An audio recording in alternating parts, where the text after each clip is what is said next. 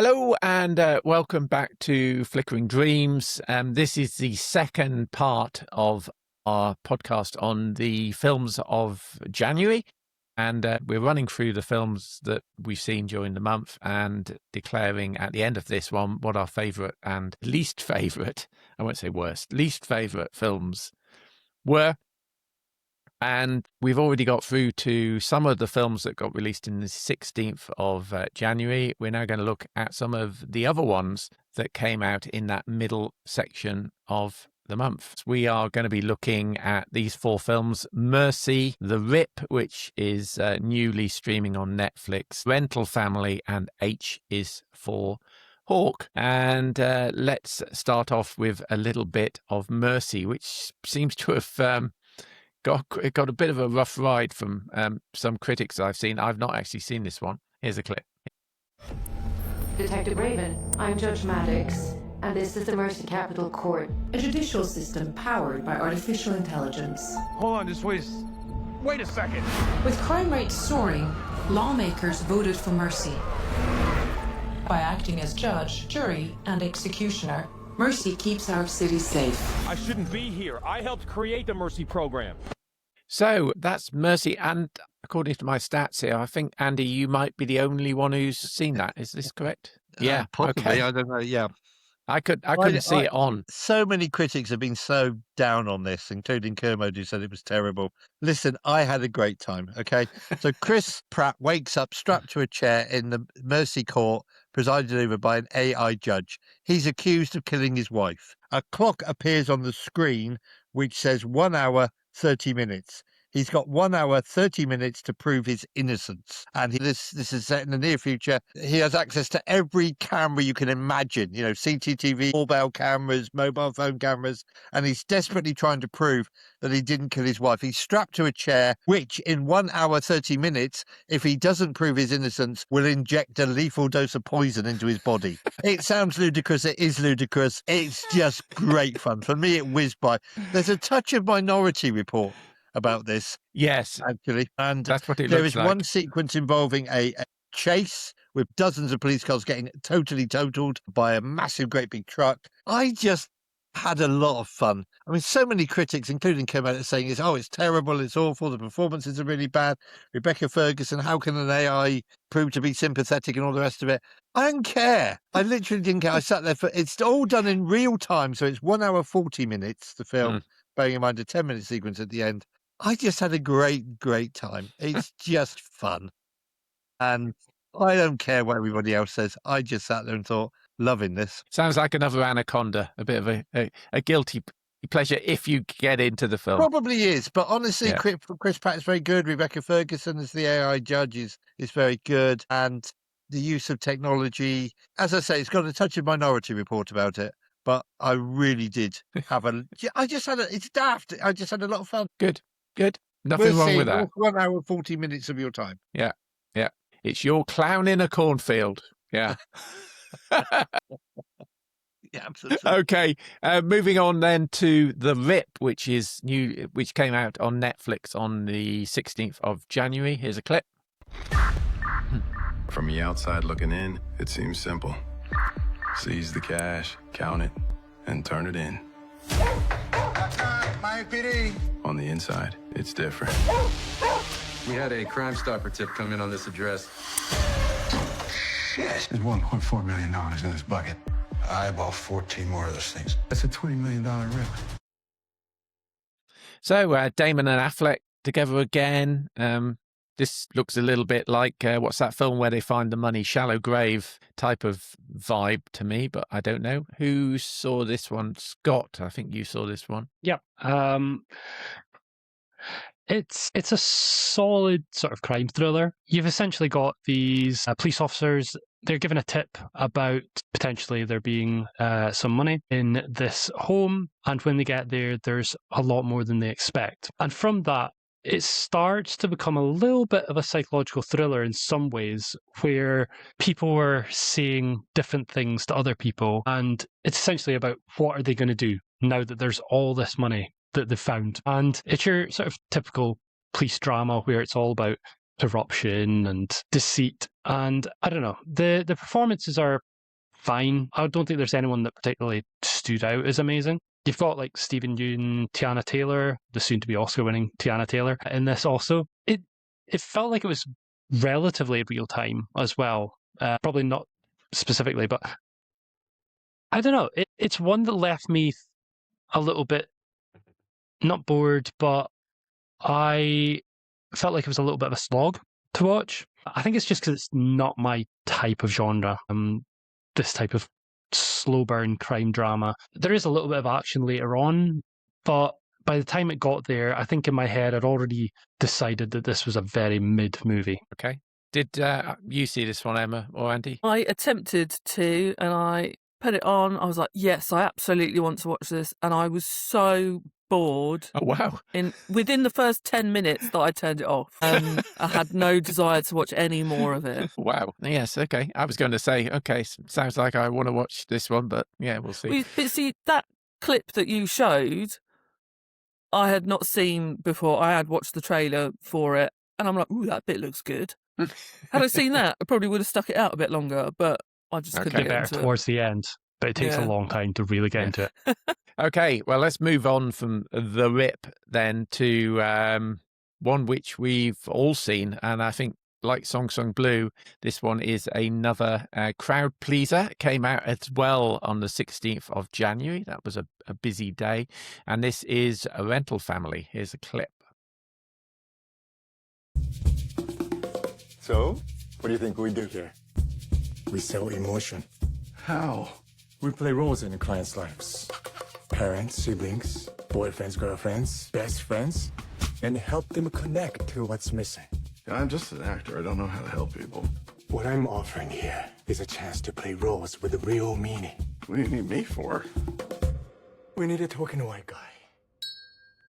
This is one I saw at London Film Festival again, one of my 46 films I think I saw in 3 weeks. I normally see these ones in the press screenings that happen at Picture House Central, but this was one of 2 films which I went to see at an actual public screening, and the other one being the Springsteen film, which didn't really get any reaction at the end of the Springsteen film, but this one got a proper kind of standing ovation at the end. It was a real crowd pleaser, and I thought, well, this is going to go down well.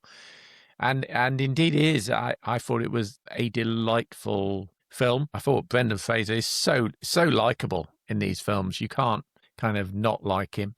And this is not kind of Brendan Fraser in the whale mode as well. He's kind of quite baffled by what he sees. This concept of rental families has been covered before in films, I know. And this was yet another variant of that. I mean, it seems a bizarre thing to do, that you would employ somebody to play video games with you. But maybe the Japanese have got it right, for lonely people. And it's quite episodic because we see various different jobs that this guy Philip is doing in Tokyo as a part of this rental family agency. The one with the famous old actor who's Akira Emoto plays him was, I thought, very touching and was very funny, and not funny, poignant is what I say. And I thought a decent number of laughs throughout the film worked with those genuinely kind of quite moving moments. I guess, I mean, in some ways it's a little bit of a shallow film. I kind of came out of it thinking, ooh, that's going to be an Oscar contender.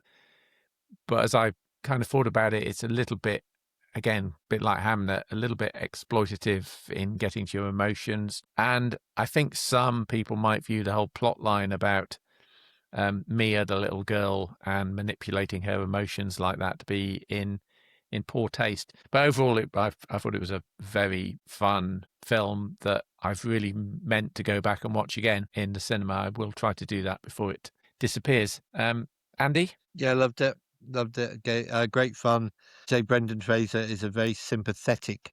I still tend to think of him as the action man in the Mummy films, but really, really has developed as an actor to be able to play a wide variety of roles, as you mentioned, the whale. And I just thought, as you say, it's a little bit manipulative at times, but just really enjoyable.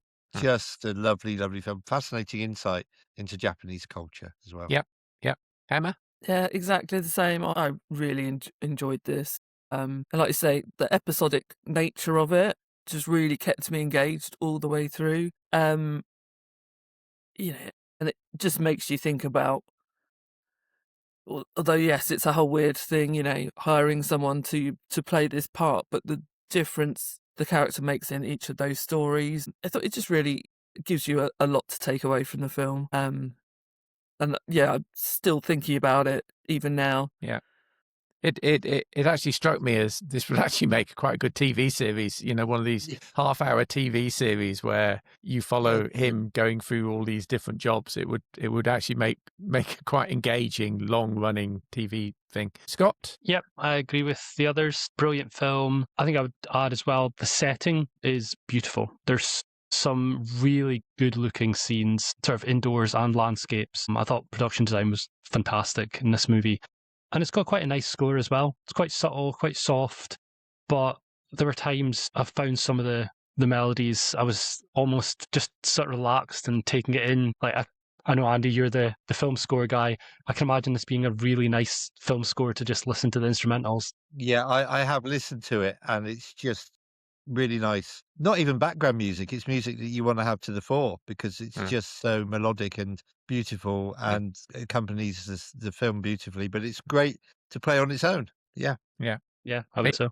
Shows off Tokyo well as well, the actual city. I don't know whether you've ever had a chance to go to Tokyo. Just an amazing place to go. I mean, the Japanese culture, there's a line in the film, I think, where he says you could live here for 20 years and not fully understand the cultural They said 100 years. 100 years, was it? Yeah. But it is so alien in a good way, I think. I mean, you never feel as safe as when you're walking around Tokyo late at night or even Singapore late at night. The same sort of vibe, and it's just amazing. I went there with my daughter Jen 10 years ago, I think it was. It was late on a Friday night, and there were a few bored policemen hanging around, kind of like Piccadilly Circus, but not having anything to do. This group of Japanese businessmen in their suits had clearly been out drinking after work, and one of them came into the tube station and was sick on the floor in the corner. And what would you do if that was kind of Baker Street tube station? You'd kind of say, oh, that was terrible, right, and walk away. Not him. He went away to the toilets. He got a wad full of paper towels, and he knelt down in his business suit and cleaned up the mess that he'd made on this tube station floor. I mean, typifies the Japanese. Yeah. So, amazing place. Anyway, I digress, but I thought that was interesting. Let's move on to talk then about next film, which is one I just saw this week, actually. It's H is for Hawk. Here's a clip. I always thought Dad taught me to be detached. But being with Mabel, it's an honest encounter with life. And now I see how engaged with life Dad was. Life's real, serious, and beautiful. So I think this is just myself and you, Andy, that have seen this. Do you want to start? One of the great joys of this month was I got to interview Philippa Longthrow, the director of this, which is available on Pure 247 Radio. Lovely, lovely lady. Got to meet her as well. Philippa Lowe-Thorpe, I think that is. Philippa Lowe-Thorpe. I did get her name right when I interviewed her. Always good. This is a film about grief, coping with grief. It's a film about a young lady who's very, very close to her father. We see her dad in flashbacks, played by Brendan Gleeson. They go off into the countryside, have all sorts of adventures. When he dies, she compensates for the gap in her life, the hole in her life, by getting hold of a goshawk and training it. And goshawks are known as the psychopaths of the sky, apparently. Beautifully shot. They trained the hawk to have drones flying alongside it, so you actually get the hawk's eye point of view. It's filmed over the Somerset Levels and over Wales.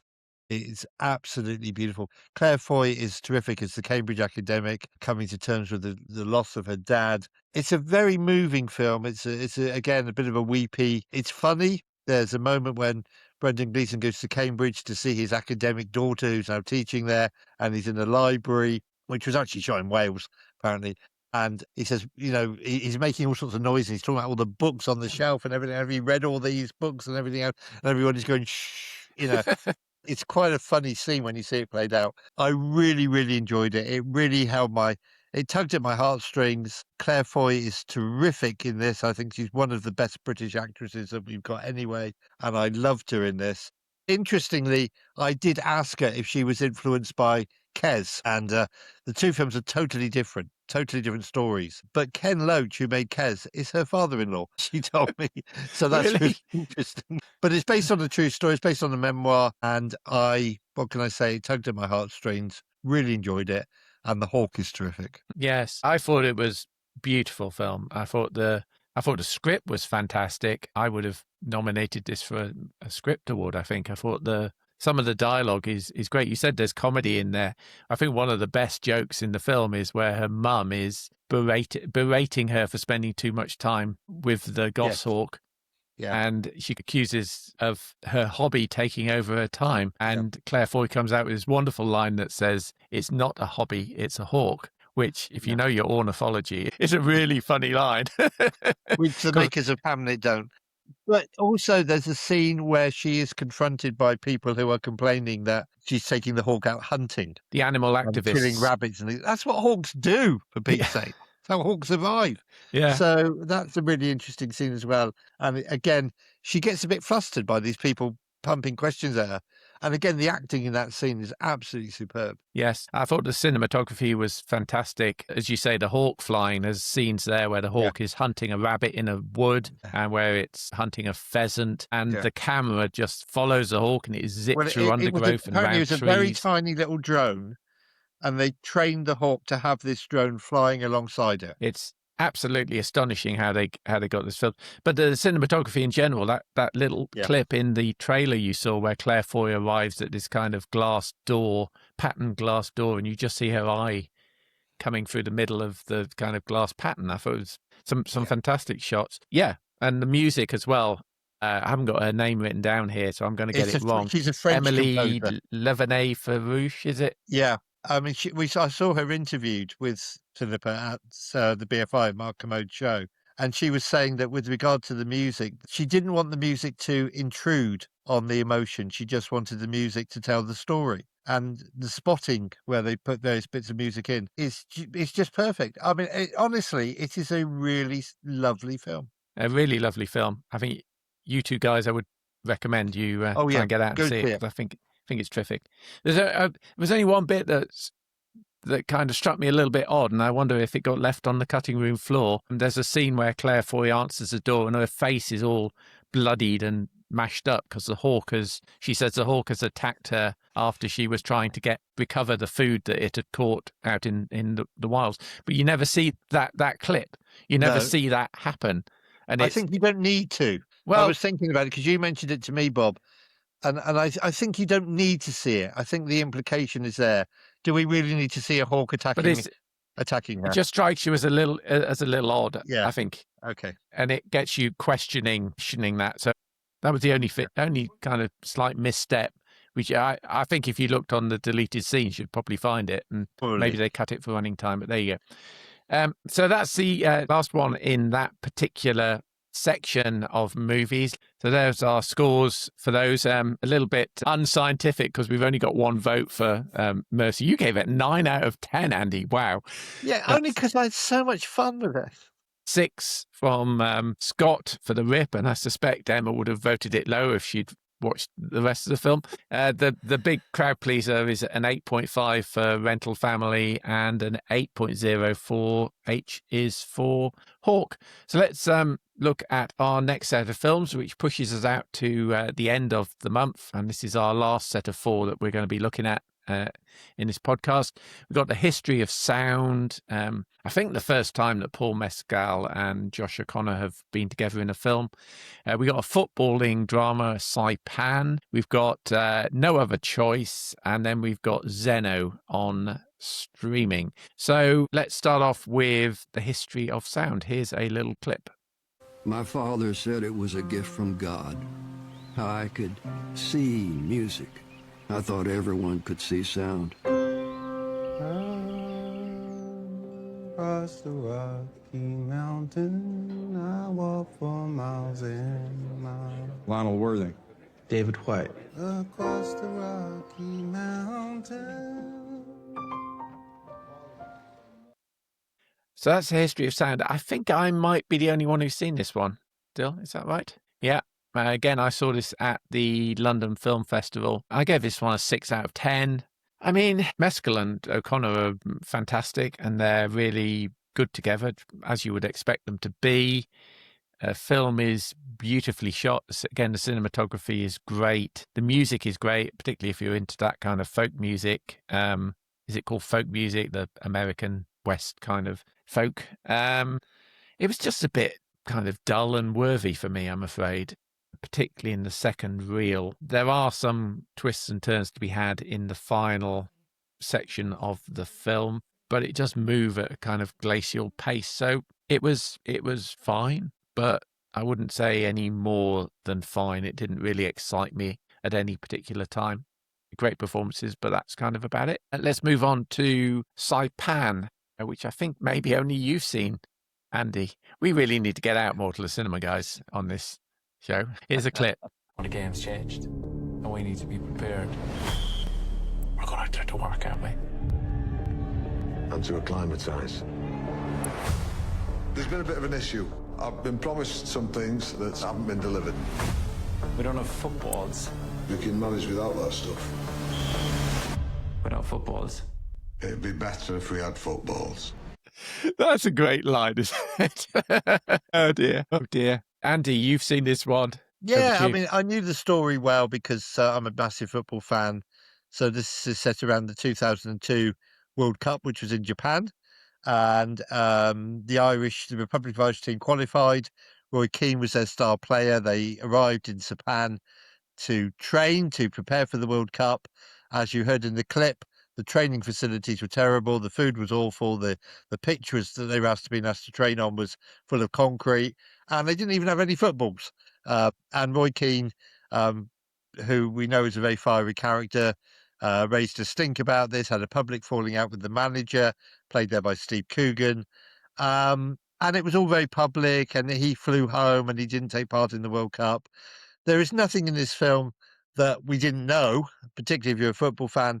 But even if you're not a football fan, the way the two lead characters engage with each other, argue, bicker, raise points with each other, fall out with each other is worth seeing. Maybe one to wait until streaming, not necessarily one you need to see at the cinema, but I enjoyed it. And as I say, it was a story that I knew really well anyway. Okay. And there's nothing new. There's nothing, I don't think, that the film uncovers that we didn't know anyway. Okay.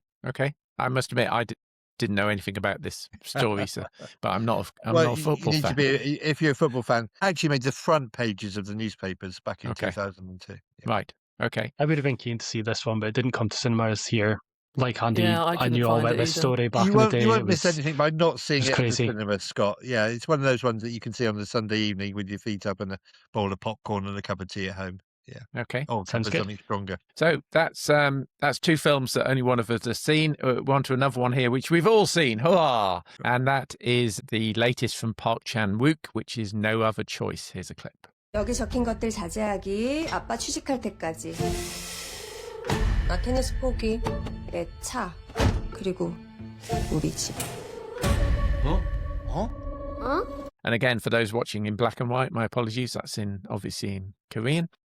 So if you're listening to the audio of that, you won't have seen the subtitles. Now, Park Chan-wook, great film director. I think the first film I saw of his was Stoker way back, which I wasn't a fan of. But Decision to Leave, which was one of the Oscar contenders for international a few years back, was a fantastic film, I thought. And I really enjoyed this one. Again, I saw this at the London Film Festival. Extremely engaging filmmaking, I thought, with some terrifically striking cinematography. That opening of the film where they're all at home and it looks bucolic and beautiful and the sky is blue and everything is wonderfully crisp. You think this is setting us up for a fall without actually telling us that you're setting us up for a fall. And I thought it was very funny as well. As a comedy, it kind of smashed the 6-laugh test. Some of it is just absurd. The plot is unbelievably daft. But I went with it. I guess it's a bit overlong. That would be my criticism. And however long it is, 2.5 hours, is it, of subtitles, was a little bit straining. But I really enjoyed it. I think actually 3 of us gave it 9 out of 10. It's only Emma who's been a bit of a downer on this one. you gave it a 5 out of 10. So Emma, let's start with you. I mean, it's what do I want to say about it? I did enjoy it. Like the whole premise of the story, I thought, yeah, okay, this is going to be great. Really loved it. I just don't think I like the way it was executed. It was a little long, although, you know, I don't particularly know where I would have taken the time out. I just felt like I wanted it to be slightly more thriller than it came out. It felt a bit slapstick at times, and I don't think I enjoyed that. It was definitely in comedy thriller territory, wasn't it? Yeah. I mean, you know, like I say, I enjoyed the idea of it, and that's about it. Yeah. The premise, by the way, for those who haven't kind of got clocked on this film, is this guy is made redundant from Dunder Mifflin or whatever his paper company is called in South Korea, and he needs to get another job in what is a relatively limited market for paper executives, and he looks at his CV, compares to all of his potential competitors, and then decides he's probably going to be 4th on the list or 5th on the list. And the plot evolves from there in a sort of macabre, sort of black comedy sort of way. Andy, anything to add? It's a little bit episodic. It's a little bit too long, but I loved it. I thought it was really entertaining. What I liked was 1 minute we're in comedy territory, the next minute we're in thriller territory, the next minute we're in romantic comedy territory. So very episodic, but kept me watching all the way through. A very long film.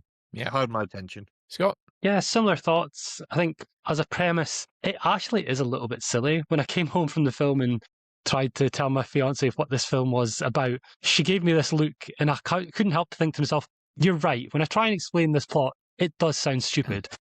But when you're actually watching it, it feels different, because I think it's because of the filmmaking quality.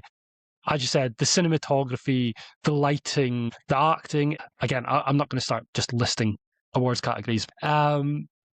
Pretty much everything about the filmmaking I was impressed by. The only thing that held me back, you guys have all said it, it felt a little bit long. Like Emma, I'm not 100% sure where I would take the time from, but I think the reason that it's a little bit long is that it doesn't follow that traditional approach of, when we get to that thriller parts, this person is not proficient at what he is trying to do. He is just a normal guy who bumbles his way through things, which is where the comedy comes in. And I think that's where they take their time a little bit to emphasize his lack of capabilities, shall we say, for what he is attempting to achieve. It's a film you have to tiptoe around. Spoilers if you want to keep things secret. Fresh. But yeah, like you guys said, I think this is an excellent film. I think it's a bit hard done by to not feature in award season really at all. Yes. I think of all the international films, this might be 6th on the list, surely. Yes. Yes. But yeah, excellent movie. I agree. Okay. The final film we're looking at in this section, and indeed the whole podcast, is Xeno, which is started streaming on the 25th of January on Now TV. And here's a clip. Sweetie, you have a good heart. It's your father's heart. Don't ever lose that. No matter what.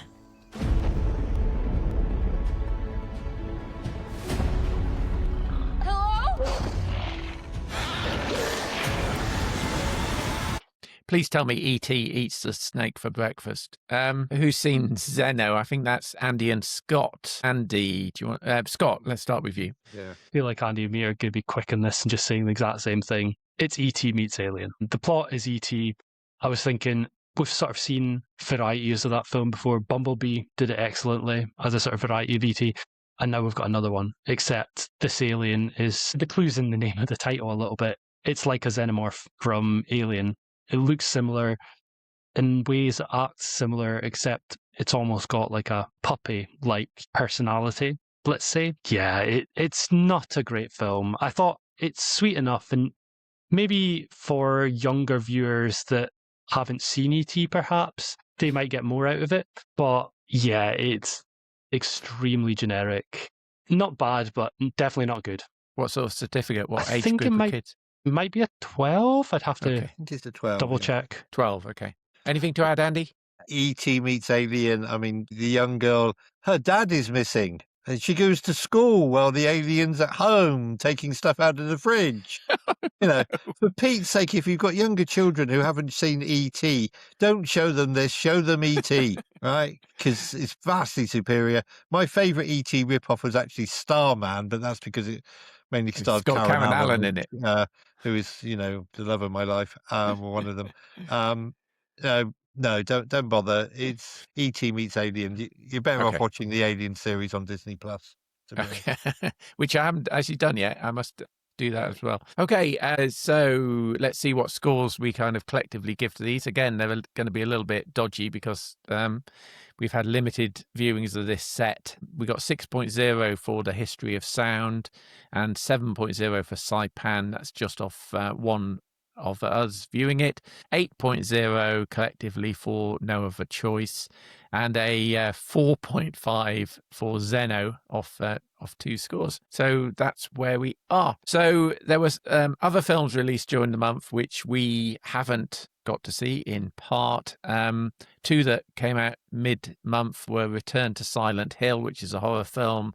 I think it's true none of us have seen this, and also Nouvelle Vague, which got a lot of critical kind of praise at the London Film Festival, but which I still haven't seen. I've put Greenland 2 on this list here because I have seen Greenland 2. I was in Portugal for 2 weeks, and Greenland 2 is on cinematic release there, but I don't think it is going to get a cinematic release here in the UK. I think it will go straight to streaming, and I've put it as TBC because I reckon it'll be out on streaming in the next week or two and will form a part of our February review. But don't get excited, because although I gave Greenland an 8 out of 10, Greenland 2 is truly awful, truly terrible. And you can read my review. High praise. I'm now looking forward to it even more. You can read my review on One Man's Movies, which is actually full of spoilers, because I got to the point of saying, I don't care about this film. I'm just going to let rip about it.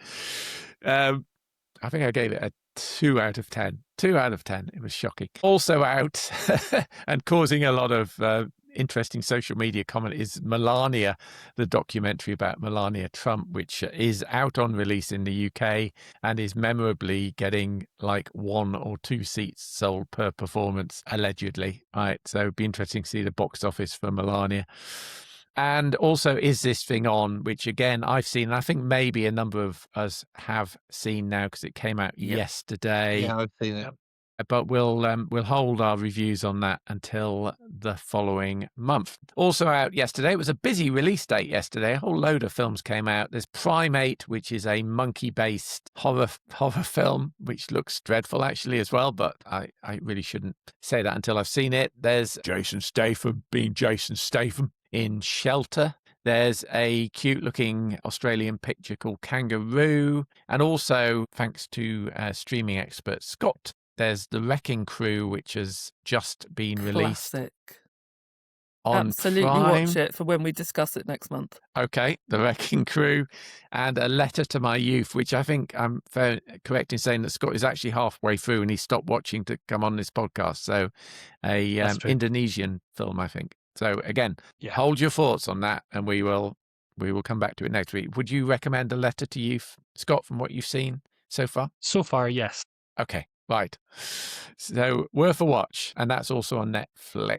So final bit on this is Scott Forbes, the streaming guy, and there's a whole bunch of other kind of films that were big last year which have arrived on streaming. They're not new films per se, but there's a lot of them out there. Scott, do you just want to mention a few of them? Okay. So I've got a list here of the films that came out. Some of it I've seen, half of them I haven't. There's a film on Now TV on the 4th of January called All the Devils Are Home. There was a comedy to Netflix called People Will Meet on Vacation. Almost watched that one night with my fiance, but we decided on something else. There's a film Borderline, which is on Now TV, is on my list. Looks like a bit of a sort of action comedy. Might be interesting. The Rip came out on the 16th on Netflix. We spoke about that. There is a film Afterburn on Prime, which came out on the 17th. I think that might be another Dave Bautista film or some sort of Emma's favourite style of action movie. Have you seen this one, Emma, actually? No. No, I'd imagine, having looked at the trailer, it'll be right up your street. Yeah, I do keep going past it, and I was like, yeah, kind of. Let's watch something else. And there was also Xeno as well, which we've spoke about. There is also a few of the big cinema releases that have now become available to streaming in January as well, in case you missed them when they were at their cinema runs. On Now TV, you've got 28 Years Later, the first part of the trilogy. On Netflix, there is The Life of Chuck, which we talked about in our Best and Worst of the Year video. Disney Plus has Tron Ares, a film I skipped, but I think some of you guys definitely had some strong comments about. Terrible. There is Nuremberg on Now, a film I loved. The Smurfs is also on Now, which you guys were quite dismissive of. Wait, let me go and cancel my membership right now. Yeah. Also on Now, however, on the opposite side of things, The Ballad of Wallace Island, which we were waxing lyrical about. Look at Bob with his t-shirt there, representing that movie. And the last one to mention I've got is Bruce Springsteen, Deliver Me From Nowhere on Disney Plus, which myself and Andy were certainly in disagreement about. So that's a roundup of the films. My that HD are released 4K in streaming Blu-ray in copy January. arrives on Tuesday. Can't wait. Oh dear. Why depress yourself more, Andy, with that? Love it. That's great. That's great. Thank you. Thank you, Scott. We shouldn't leave this podcast without just recognising the terrible news that came out this morning that Catherine O'Hara, star obviously of Home Alone and more recently Schitt's Creek on TV, has passed away. And Beetlejuice, indeed, yes, at the age of just 71, which is terribly sad time to pass away, particularly given I'm only 6 years away from that. It really, all these announcements of people passing away, and you think, oh yeah, that's terrible. And you think, oh, hang on a minute, I have to make the most of my time. But that's very sad news, certainly iconic. Started off, any of you who've watched the John Candy documentary, I Like Me, she appears in that as well, because she started in the same comedy troupe in Canada as John Candy and a whole bunch of other famous stars. So that's very sad. So our commiserations to the family there. We were going to finish, I think, with does a regular kind of film quiz, and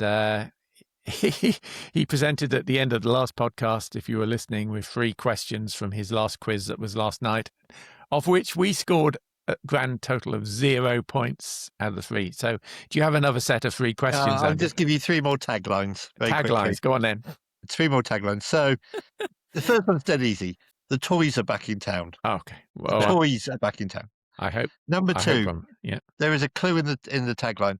For 3 men, the Civil War wasn't hell, it was practice. For 3 men, the Civil War wasn't hell, it was practice. My favourite tagline of all time. And finally, at the end of the universe lies the beginning of vengeance. I think I might know that one. You should get the toys are back in town. I mean, that's pretty. Well, everybody gets. Well, it might be, but then we thought that James Bond is here one from last time. Go on, what do you think? And Toys are back in town. You tricked us. So, my brain said Small Soldiers, but I don't know why. What? I don't know. I think the why first one is Toy Story 2. Toy Story 2, correct, Bob. I mean, that makes sense. For 3 men, the Civil War wasn't hell, it was practice. My favorite. I have this on my landing as a big cinema poster. The 3 men in the question are the good, the bad, and the ugly. I was thinking 3 men and a baby. The Civil War. Yeah. And I think the third one, is a Star Trek film. Yes. And I think it's Star Trek Nemesis. No. At the end of the universe lies the beginning of vengeance is where Captain Kirk meets Khan. It's Star Trek 2, The Wrath of Khan. But well done, Bob. Half a point for getting Star Trek. Half a point for Star Trek. Okay. That's very good. Thank you. Thank you, Andy. So let's just very quickly, and before we go, mention the BAFTA nominations, which came out this week. I thought it was a very sensible batch of nominations. There was a lot of overlap with the Oscars, but obviously there was recognition of some great British films from last year, which we've enjoyed. The Ballad of Wallace Island, which we just talked about, and also I Swear got recognition as well. So I was pleased to see that. I mean, I guess some of the things I disagreed with at the Oscar nominations got fixed by the BAFTAs, but that's probably just my British perspective on the things that I wanted to actually see. But I thought it was a pretty good set of nominations. And they didn't nominate Jurassic World Rebirth with a VFX Oscar, which I was delighted about. Scott, you were a great awards follower. Any other comments? No, I think you covered it pretty well. A lot of overlap. I Swear and Ballad of Wallace Island getting some British love. No K-pop Demon Hunters, but I think there's an eligibility thing going on there, which was a bit of a surprise, but I've not read into it properly. But yeah, it was not overly surprising, but a good set. Good set. And Odessa Zion as well got a nomination for Marty Supreme. But they did have 6 nominations for the actors. So that's how she squeezed in. Yes, but I think that was nice. She got recognised, Okay, so just before we go, our best and worst of the month. I will start. My best of the month, I think, is going to have to go to Hamnet. And my worst of the month is going to have to go to Greenland 2, because I didn't see a worse film in this month, even though I realise you guys haven't seen it. Andy? Best Song Sung Blue, worst Xeno. Mm-hmm. And Emma? Best, absolutely Hamnet.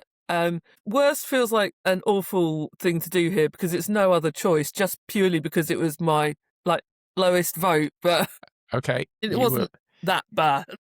Okay, I understand that concept. It's been a good month for films. And Scott? The best Song Sung Blue, worst Xeno. Okay.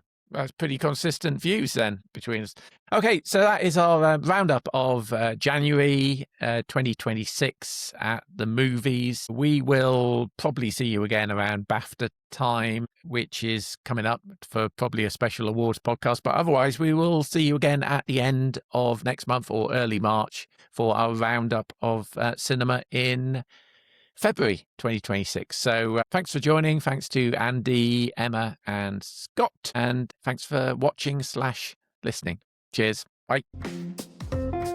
Thank you so much for listening or watching Flickering Dreams. You can find the video version on YouTube and the audio version on all major podcast platforms. And don't forget to subscribe so you can get each of the weekly episodes as they are released. We'll see you at the movies.